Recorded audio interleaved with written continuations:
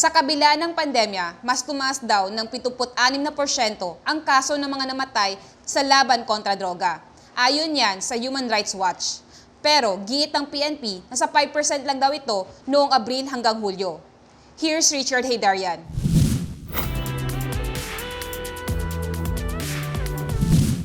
Noong tumakbo si Pangulong Duterte, nangako siya na within 6 months, he's gonna solve the problem of crime and drugs in the Philippines. Already in his 5th year in office, kamusta naman si Pangulong Duterte? Has he fulfilled his promise? Last time we checked, even he himself was not very sure about that. In fact, ito yung sinabi ni Pangulong Duterte last year, on the brink of surrendering na daw ang gobyerno. Mukhang medyo hopeless na ang situation if we're gonna believe the president, and he himself is signaling desperation.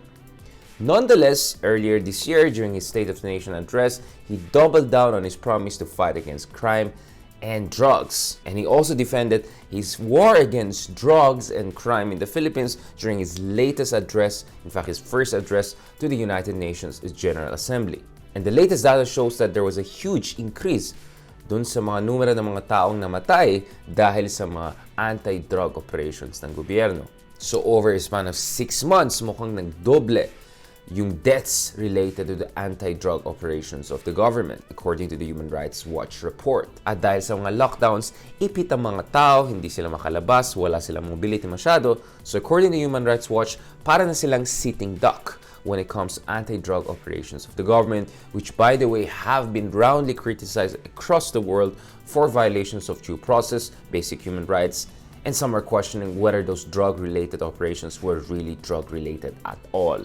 Nonetheless, in his address to the United Nations General Assembly the other week, President Duterte was very defensive. Ayon sa kanya, the Philippines will continue to protect the human rights of its people, especially from the scourge of illegal drugs, criminality, and terrorism. Para kay Pangulong Duterte, human rights is also about safety and our protection from crime and drugs. Nonetheless, Pangulong Duterte shot back at his critics without naming any specific groups. In the meantime, Philippine National Police Director for Deputy Administration, General Guillermo Elizar, denied that the AJ case or extrajudicial killings was really as high as Human Rights Watch Group and others have tried to portray. Ayon sa kanya, 5% yung increase from half of April to July.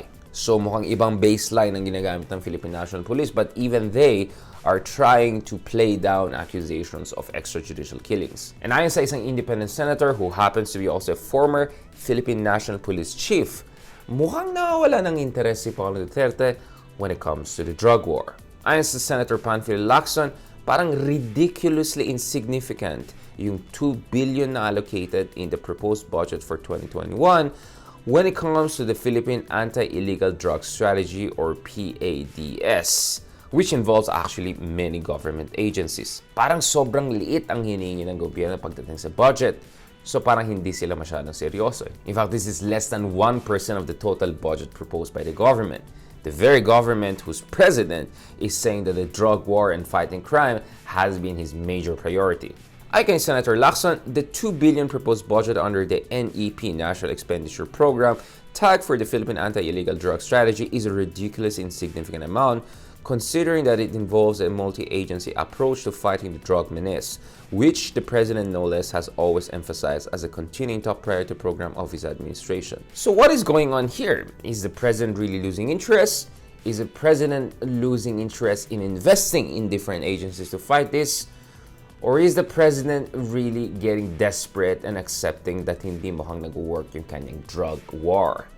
But if we're gonna believe the president, para sa kanya, tuloy ang laban when it comes to drugs and criminality in our country. Ako po si Richard Haydarian. Stand with us. Stand for truth.